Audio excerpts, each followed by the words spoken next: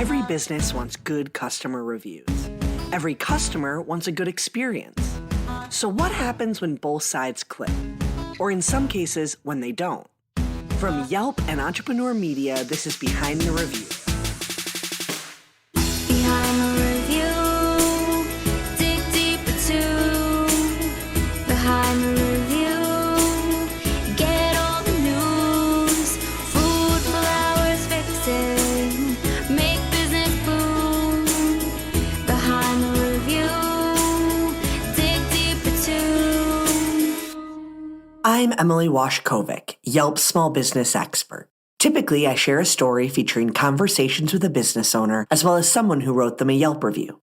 But this week, we're doing things a little differently. I sat down to talk technology with Jeremy Julian, COO of Custom Business Solutions and host of the Restaurant Technology Guys podcast, which you can find at restauranttechnologyguys.com. He's been in the business for most of his life, and while he deals with all kinds of restaurant tech, like point of sale and ordering systems, his advice is terrific for any small business that might need a technology boost. Let's give our conversation a listen.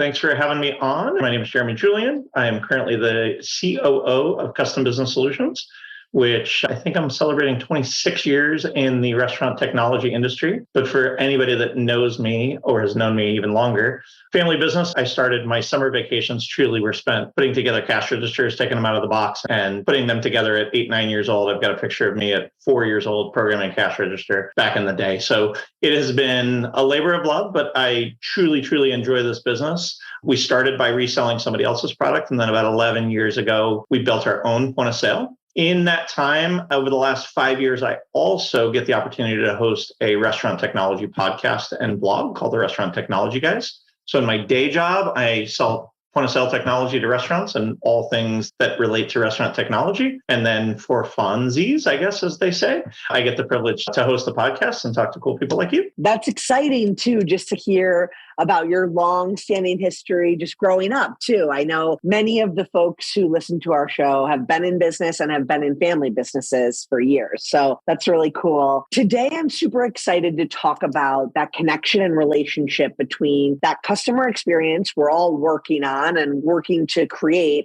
and how technology really can elevate it for you, as well as create some systems, honestly, where you can just plug and play, focus on that experience and let the online stuff do its own thing. That's a big theme of Behind the Review, but I think with your expertise in particular, you've hit on that from all angles. So maybe you can just start by talking a little bit about your knowledge and what you've seen evolve when it comes to technology for restaurateurs, as well as what people do on the base level to leverage technology to work with customers. What are those basic things that you see required in today's age? That's obviously a very broad question, but I have a fundamental belief, and I think a lot of people in the restaurant industry have really, you experience restaurants in a couple of different ways.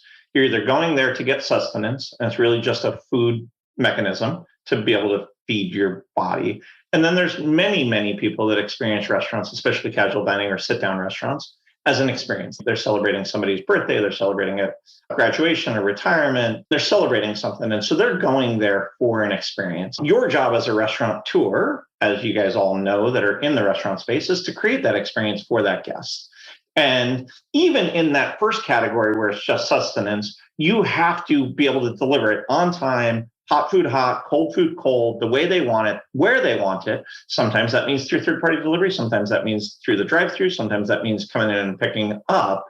But ultimately, it's all about the experience and making sure that the guest has the experience that they're expecting. And what is that experience that they're expecting? Depending upon your brand and what it is that you're trying to exhibit out to the world, really identifies how do you hone in on where you use technology, which really is what I do every day, which is to understand what pieces of technology need to be in place. There are certain things that are table stakes. You have to have a piece of technology, a point of sale that's sitting at the center of the store, that is your brand's ERP. There's hundreds of them out there. We happen to sell one. Not here to commercialize what it is that we do, but there are hundreds of brand names that you guys have all heard. Everybody listening to the podcast has heard of a lot of the brands that are out there. So you have to have a point of sale. My suggestion would be that that point of sale also needs to be open to having other inputs to that system, whether that be third-party delivery, whether that be online ordering, whether that be text to order, text to pay, all of these different options to really create the guest experience that you're looking for. I think it starts at that hub. But then I think whether you talk about Amazon, you talk about Apple, you talk about a lot of different consumer brands that aren't in restaurants, there is the Amazon effect that says, I can order a case of toilet paper and have it here in a couple of hours. That historically hasn't been something that I can be sitting in my living room and experience that within restaurants. And so now with COVID and everything else that's gone on, people are expecting that because Amazon has gotten us into the, you know what, when I was a kid, when you were a kid, nobody expected to be able to order something and have it there the same day. You would have to go to a store to do that. Well, that's not the case anymore. Now, because of Amazon and others, they've gotten to the place where they expect that. Okay, so Apple and Amazon have set some expectations, whether fairly or not, that extend to more businesses than just computers and delivery services. Business owners can't just set up a website and call it a day anymore. It has to do something for the consumer. Who do you think is really utilizing technology effectively these days, and how? I think that there's some that are doing it incredibly well, and I think there's some that have some opportunities. I'd love to talk about both sides because I think our listeners can hear that and say, technology for technology's sake is worthless. Technology to create a better guest experience is where you need to be focusing much of your energy. It can't just be technology. And yes, I'm sure many people have heard of the adoption curve where you get your early adopters and then you get your early majority and then you get your majority and then you get your laggards. But those people that are on the front end have to be there, but oftentimes that's technology for technology's sake. They're trying to solve some problem, but they don't really understand what the root cause of what that issue is. People that are doing it well are understanding who their guest is. They're understanding who their guests are and how do they want to interact with that brand. Take a fine dining steak establishment, probably doesn't necessarily need to get the $5.95 special. I don't consider Ruth Chris or some big brand that's out there that I'm going for special occasions to be the place that I'm picking up takeout lunch from. At the same time, there are brands that when I think about them, when I evaluate them, I say, you know what, this is a fast food brand. I expect the food to be consistent. I expect it to be fast. I expect to be able to get in and out of there affordably. How do I engage with that? So once you've defined who your consumer is and what your brand is, now that's when you start to layer on technology. First, you got to have that point of sale there, but now it's really an experience. Many of us have been to a Chick-fil-A or to an In-N-Out. They are very busy, as you're well aware. Nation's Restaurant News puts them in the top 5 of brands, but they have now come to your car. So they put technology in to solve a business problem, to create a better guest experience. Anybody that's interacted with Chick-fil-A was fantastic as they started to roll out that technology to get into the drive-thru and decrease your wait times that you're getting your food. They also staffed to the point that they have somebody there that's going to run the food to the cars that are back in the line for longer cook time items, because they didn't deploy technology just for technology's sake. They deployed technology to really create that guest experience. I happen to be a father of 4. And so when we go out to dinner, it's an experience. It's a thing. And sometimes we come for just sustenance. Sometimes we come because I've got 4 kids. So it's like, which one of the kids do I have a no veto on? Which ones am I going out to celebrate a birthday or such? In the middle of COVID, there was a brand that we used to frequent probably once every other week. And they launched their online ordering and third-party delivery to try and support the brand. But they also kept the dining room open because they were on a restaurant that had a patio. So they were able to just do it safely. And so they launched this. The guest experience that we had 2 times in a row, because back to service expectations, they didn't do a great job of setting that expectation for me and my family of 6. So this fast casual brand, I had a 40-minute wait time to get my food because the kitchen was so backed up with third-party delivery and online orders, and they didn't set a good expectation with me at the cashier. That same brand, had I walked in pre-COVID, before they had launched third-party delivery, before they had launched online ordering, if I walked in and I saw a line of 20 people, I would realize that they're probably pretty backed up. This 40-minute experience, I walked to the very front of the line and placed my order for my family of 6, but I still in a fast casual experience. It took 40 minutes to get my food. And so back to the guest experience and setting proper expectations, how do we load balance? How do we deploy technology that's going to allow you to explain to your guests, you know what? It's a visual representation when I walk into this brand and I see a line. Many of us on this podcast that are listening probably remember when Chipotle first launched and there wasn't a Chipotle on every corner. There was lines out the door. But you knew when you walked in, you were either going to put up with the line or you weren't going to put up with the line. And then they launched this fax service because they could control it. It was still pretty controlled and pretty slow to adapt. Then Chipotle got to a place where they launched a secondary kitchen so that they could fulfill the guest experience. So you could do takeout, and they had a second cashier and all of that. Again, I say this because if you're not considering what the guest experience is when they're interacting with your brand, ultimately that brand that I talked about with the 40-minute lost our business forever because of that, because it was twice that I had the exact same guest experience. And I'm grateful that they launched third-party delivery. I'm grateful that they're still in business. And at the same time, our guest experience was poor enough that my wife ultimately said, we're not going back. I can't do it.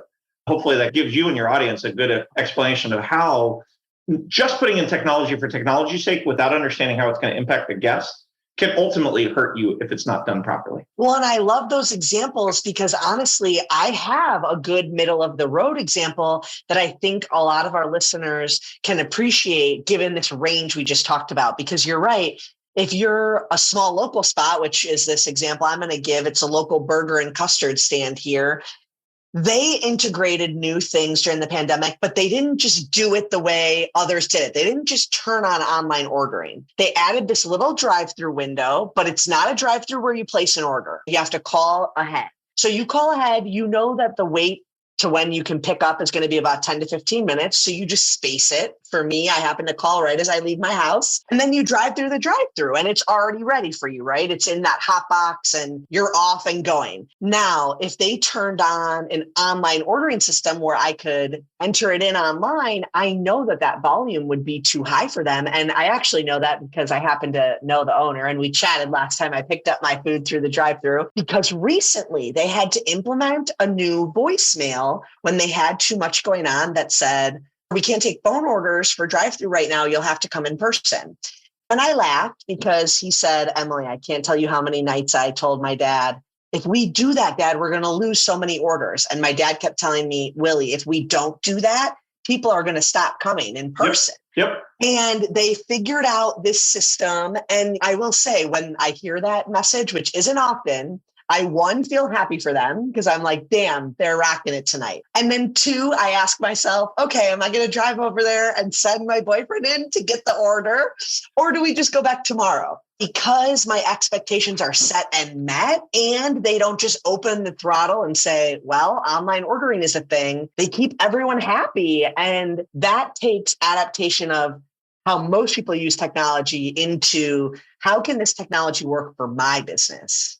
Well, and I think that there's a lot of people that did exactly what you're talking about. It was binary. You're either doing online ordering or you're not doing online ordering.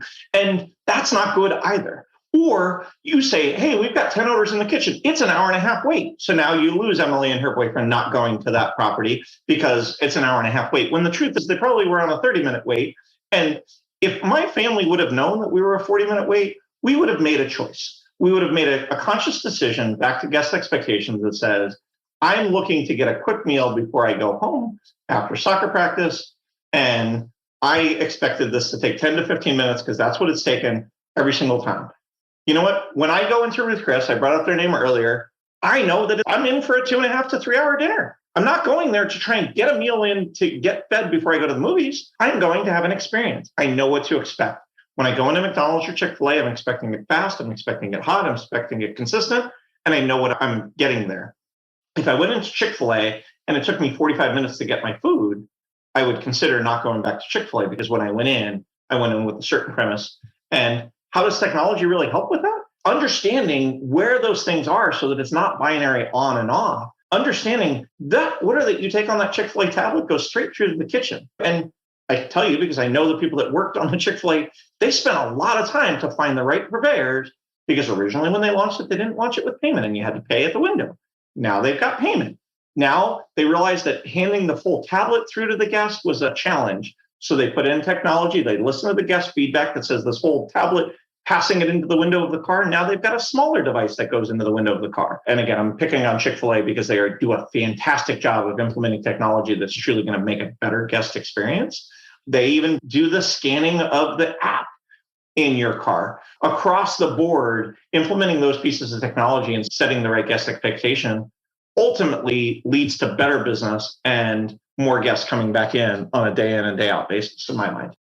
Let's talk a little more generally about implementing technology in your small business. I think a lot of business owners might not even know where to begin when it comes to researching technology specific to their industry. For example, if we're talking to the owner of a hair salon or an exercise studio, where would you suggest that they start digging in? There's two answers. I'm going to pump my website because we do have the top 5 technologies for restaurants. And we have a blog article and a podcast on this exact process if I was a restaurant. But it doesn't matter if I'm a restaurant versus a salon owner. I happen to have a cousin who runs a yoga studio. I know very little about yoga, but I had the same exact experience where she called me and said, "You're a business owner, help me out."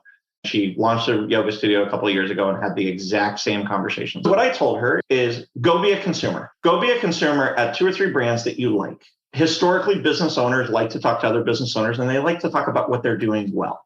So go be a consumer with those brands that you're interacting with. True story. This past week, I was in Chick-fil-A in the drive-thru and I happened to ask the drive-thru attendant something about that payment device to see how it was working. So you ask. And amazingly, they give you, this is working really well. This really sucks. And I did market research myself. I do market research even on our own business where I call our call center and figure out what do they say to people when they call in. So if I were doing this research, I would go to all the brands that you respect. Back to this yoga studio, there's probably 4 or 5 yoga studios within 20 miles of my cousin's shop. Go in, go pay for a class, go figure out what the guest experience looks like, go take a class. Go sign up online, go cancel your subscription, go update your subscription, go update your billing method, go update your staffing thing, go meet the owner, ask them what's working, what's not working. I would do the same thing. So that's where I would start. Then I would pull that list of those. Then I would go do the research. 99% of people that are buying technology today know more about the technology than the person that is selling them that technology because they've done research. They've gone out, they've watched the videos on YouTube. They've talk to their peers in the industry that are doing these things. They've gone out and looked at the review sites to see how that software is working. They've experienced it as a consumer and they know what they'd like and what they don't like. So oftentimes they're coming in to solve a specific pain point. So now I'm this salon owner, I'm this yoga studio owner. I know that I need to solve these things. The other thing I would make sure that you do during that process is take copious notes. Take copious notes of what you're doing because oftentimes when you're looking at 3 and 4 technology providers, you blend all of them together. And so if that's not you and that's not your strong suit as an owner and founder, find somebody on your team that does it well. Because at the end of the day, you're going to struggle because you're going to think all of them. Do not make the mistake that says all salon point of sales are the same. I can get any of them because I hear that all the time. Well, all restaurant point of sale is the same. And the answer is no, it's not. No, it's not. The call that I was on just before this was with a large brand that needed a specific need to fill a business need that they have for their 400 stores because they operate their restaurants a little bit differently than some of the other brands that might be out there. And I went back and forth in a discovery process. There are certain things that you went into business for that make you unique. There are certain ways that you want to make sure that you're creating the guest experience that you want.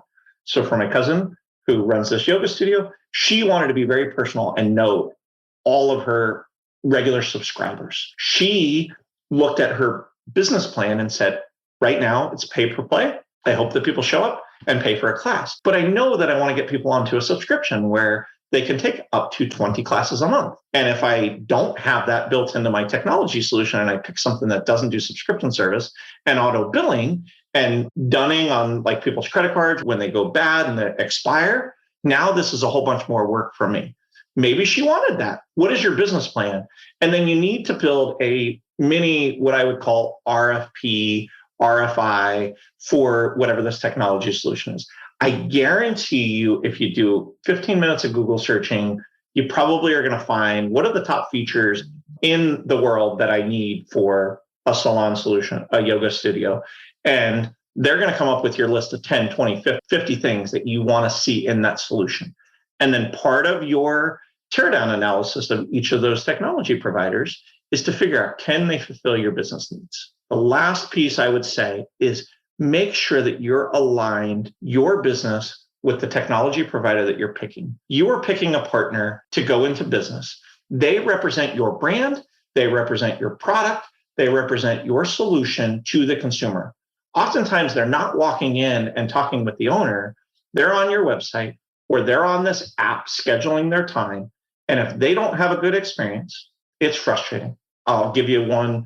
I was scheduling a haircut for my son this weekend. I went to the person's website scheduled to go do this haircut. Well, it happened to be on a holiday that I was scheduling this. He hadn't updated his website. He didn't tell me he was closed. Then I scheduled it. It gave me a confirmation in my email that I was confirmed to do that. Then later I got a text from him saying, unfortunately, I'm closed. In the future, can you go to this website to schedule an appointment, not the website that was on his website? Again, that's an example of a bad guest experience in my mind, because not only did my son not get his haircut, he's directing me to a site that's not his website to go schedule his haircut. And I actually already had paid for his haircut online in addition to it. So now he's got my money and I have to reschedule his haircut on a day that my son can make it. And so all of that to say, that's why it is so critical to make sure that you pick the right partner to fulfill your business needs for the clients that you're looking to serve.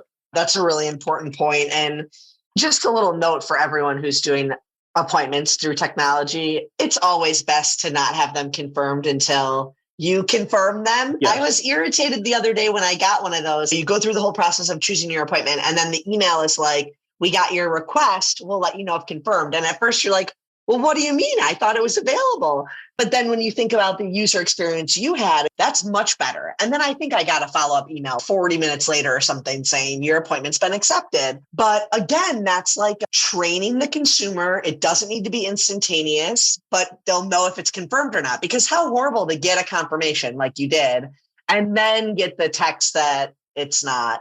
That's a great story, though. I feel like we've covered a lot of important ground so far, but now I want to talk about data. People who love data really love it, but even if you don't love data, it's important to understand how crucial it is to your business. How do you think online reviews have given real data opportunities to small business owners, and what can they do with that data from reviews?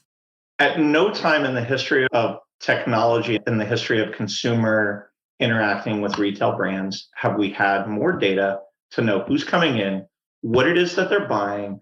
We are in data overload more so than we are in not having the data. At one point, 1,000 years ago, you knew every customer that came in because you were in a town. You came to the town hall, you came to the tavern. The owner sat behind the bar and poured people beer and knew who everybody in the town was that was coming in. We have that now with technology. People don't necessarily use it to understand. When you were standing behind the bar and you knew that you were pouring a lot of Budweisers, you knew that you probably needed to order more Budweisers because you were there. And every time Johnny came in, there was a Budweiser sitting in his seat before he even sat down at the bar stool. Technology gives us that platform to do that if it's done properly. Consumers, and especially today's consumers, and as they continue to trend younger, are going to give you that data if you ask for it and you do something with it. If you ask for it and don't do anything with it, they will stop coming to your establishment. I would recommend that you guys are really keen to understand the ear of the customer. Like I said, 50 years ago, it was Johnny that was coming and sitting at the bar stool, and you knew that your beer might be getting close to being tapped out because it was flat, because he would tell you to your face, and you were there and you were in the establishment. Nowadays, people are doing this online more so than they are with tools like Yelp and Google and Facebook and all of the review sites to do those communications. The brands that are doing that really well are building a digital relationship with their consumers. Those that are not listening to those things that said the pasta was too salty, or this special didn't look as the picture did, or Jenny was the best server I've ever had, you need to give her a raise. The people that are listening to those types of items, again, on the review sites, are helping to get to that person. One of the biggest things that I would say that COVID taught us is when the business model changes, you have to have control of the customer to know who it is. Because if you don't, and you don't have a way to communicate to them what's going on, your guest experience can go really, really poorly. Downtowns went empty during COVID. They didn't know who those consumers were. Having a piece of technology, whether it be the technology that your company sells or brands like Punch and Patronics, to know who the guest is. There's a bunch of data analytics tools where you can marry credit card data along with social data to hear about these things and see what's going on, to be able to communicate with those consumers and change your business model or change the ways you're going to market is critical. Being able to talk to those consumers is such a leg up that many, many competitors don't have. And so understanding that and ensuring that you can talk to those consumers is paramount. That gives you hopefully some insight as to what I think all brands need to be doing in order to compete in today's day and age. Because if they're not, they are losing out to their competitors that are doing. When it comes to reviews, we know there's data available on Yelp and other review platforms. But how do you suggest small business owners tap into that information? And then once it's in their hands, how do they use it to their advantage? Many of our listeners may know that there's lots of review sites out there, and there are pieces of technology that can help streamline things. Each of the brands that has review sites has their own business platform that you can log into individually to be able to talk with these consumers.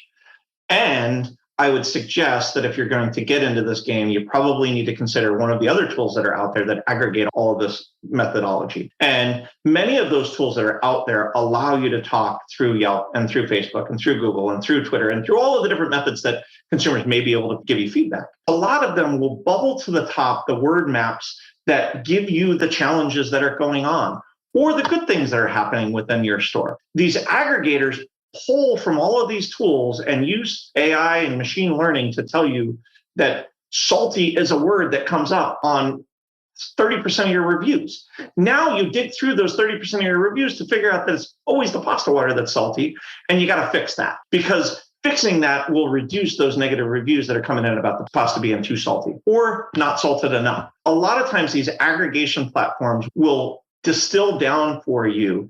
I wouldn't suggest that you start there. If you're not doing anything with reviews, start by going and building your business profile on all of the tools that you want to allow the reviews. And at the same time, make sure that you've got your business claimed and that you know how to talk to those people and you know how to read those things. Because at first, unless you're going to do a huge marketing campaign, they're going to trickle in as time goes on. There's probably some up there that you don't even know about already. As it gets to a place where it becomes a differentiator, but it can be a huge point of differentiation. My wife and I, when we had our fourth child, I was home on paternity leave, and we happened to go to a single store establishment. It was in a single inline pizza place, deck oven pizza place. Rudy's awesome dude, only owned one restaurant at the time. This is almost 7 years ago. We were literally coming home from the hospital. I'm like, I saw a sign that says pizza by the slice. I pulled it out. I'm like, let's try this place out. It became my favorite pizza place that I ever go to. That's how I found them. I found them through Yelp. I'm not here to sell Yelp, but I'm here to say this helped me find this brand. I talked to Rudy and said, how do you decide whether you're going to add items to the menu? Now he's at a second location. He's added 2 extra spots into the inline place next door, went out of business. He bought it out and now expanded his seating. And now he's got a third thing. And now he's added delivery, because many of the Yelp reviews or many of the online review sites says, I love the pizza, but sometimes I can't get there. Can you just open up delivery? And if you can't do delivery, can you do third party? And so he and I had a conversation, and we had a business conversation about why this is critical for him to do this. And so this is going to give you insight into your consumers and what they're looking for from you, not just on your food, but where do they want you to be? How do they want you to be? And if you see a consistent theme, because you're using these aggregation sites, now it'll give you the ability to aggregate every other review site to be able to make better business decisions, not just from the data that comes from your point of sale, but what are the consumers saying about what it is that you're doing? I love how every time you talk about the identifying of trends, you say the same thing I do, which is figure out what you're doing wrong for sure, but also figure out all the things you're doing that consumers love, or all the things that they wish they got from you. Because it's not just about the critical. Sometimes it's about hearing what people already think is great and doing more of that, or using that as your differentiator. What other sage advice can you give our listeners? I remind restaurant owners all the time, you got in this business to serve people. You got in this business to serve people good food, with good hospitality, with good service. Get back to that. Use technology to exploit that to make it better for the guests. But ultimately, you're there to serve them a hot hamburger. You're there to serve them a pizza. You're there to serve them a ribeye steak. to get them the experience that they're looking for. Get back to the roots of why did you start that brand? It could be the yoga studio. You built the yoga studio to help people get healthy and to help get them squared away with what it is that they're doing. Get back to the roots and then use technology to augment that process. Use technology to help you do it at better scale, that we do it at a place that's really helpful for the consumers at the end of the day. Because without them, none of us have a business at the end of the day. What do you think is the biggest mistake small business owners make when implementing new technology? We talked about a pre-show of just where do we see technology really hurting brands. We talked about a story earlier about technology hurting a brand. The biggest fault that I find that brands do when they're implementing technology is they don't resource it appropriately. They make the analogy, all loyalty systems are the same, or they hand it to somebody, they don't give them the authority to make the decisions that they need to, they don't give them the time that they need to implement the change that they're looking. They want to get to the promised land, but they don't want to do the work to get there, and they don't want to resource it. So they hand it to Emily and say, Emily, I know you have a full-time job and you're already behind on some of the stuff that we're doing, but I really, really need to get this going. So why don't you just add it to the top of the pile? And now you have no authority to go get the people on your team to go get those things implemented, nor do you have the time to even resource it appropriately, or it comes at the expense of some of the other things that you're doing. So I would strongly suggest that people that are putting in technology understand what it's going to take. When the vendor and partner says it's going to take this long, listen to them. When they say you probably need to hire them to do some consulting for you, you probably need to do that. When they tell you that it's going to take longer than you think it's going to, believe them. They've done it 10,000 times. They're not doing this because they think it's going to be that simple. Ask the question behind the question to the sales guy. Make sure that you understand what it's truly going to take to implement that change, because at the end of the day, technology for technology's sake is going to hurt your business more than it's going to help. Technology that's going to enhance the guest experience ultimately can make you the place to go in town. And that concludes our episode. Be sure to subscribe so you get new episodes every Thursday. I hope you enjoyed it and were able to take a thing or two away to implement in your own life. Whether it's a new idea that you can bring back to your business or a fresh perspective on how to be a positive influence as a consumer, we share these stories to inspire and create more meaningful connections in your local community. For more information about today's business or to connect with me, check out the show notes. Behind the review, dig deeper too. Behind the review, get all the news. Food, flowers, fixing, make business boom. Behind the review, dig deeper too. This episode featured a conversation with Jeremy Julian, host of Restaurant Technology Guys podcast. Special thanks to Holly Hanchy, who helped write this episode. To learn more about the story, check out the blog post. And don't forget to subscribe so you get an alert each Thursday when a new episode comes out. To claim your own Yelp business page and start engaging with consumers, visit business.yelp.com. Our theme song is performed by Ali Schwartz and produced by Robbie G of Messerol Sound. The show was produced and edited by Entrepreneur Media.